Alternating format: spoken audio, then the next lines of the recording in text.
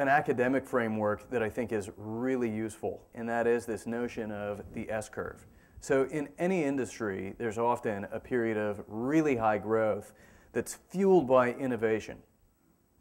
And so what happens often is after this phase of really high growth, the technology matures, the business model stabilizes, the firms that participate in that space really cement their structure, their strategies, their systems. And so growth essentially plateaus.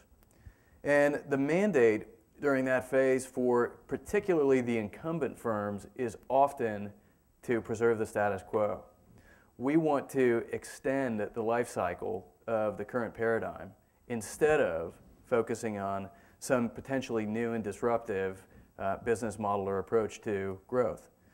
And the reason for that is pretty easy to understand. It's much, much easier to calculate the cost of doing something than it is to calculate the cost of not doing something. So I use the example, or an example from the media industry, because there is no faster industry that goes through these transitions than media. Movies, music, books, gaming. So think of where Blockbuster sat during the 90s. Look at how aggressively they scaled that business, not just in the US, but internationally. They rode the incredible growth of the media industry's transition from VHS into DVDs. They built out huge physical capacity to satisfy that demand. They were in the right locations. They had a good enough assortment. But what they didn't really plan for was the transition to a different model.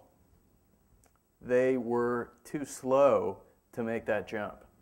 And so now we find ourselves watching Netflix. Netflix had a fundamentally different approach to distributing the same merchandise. They took a direct-to-consumer approach that relied on the mail. But if you watch what Reed Hastings at Netflix has said over the last 3 to 5 years, I think you'll see a fundamentally different attitude to planning for where growth will come from. And that is that he has always been clear that his current business model will be replaced by a new business model. So if you go back 2 years, what Reed would have told you is that he thought that he had maybe 5 or 6 years of legs on the mail DVDs to your house business model.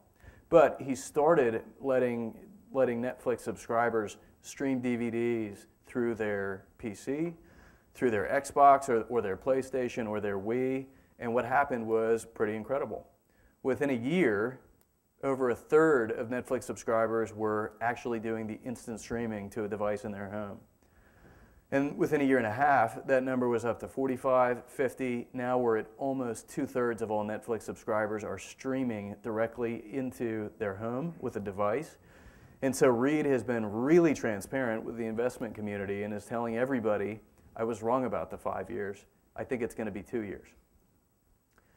And what it takes when the transition is that quick is the courage and really the risk to set your existing business model far enough aside or have the willingness to invest far enough ahead that you don't get left behind. And what that means for many companies is fundamentally different metrics, fundamentally different capabilities, fundamentally different investments.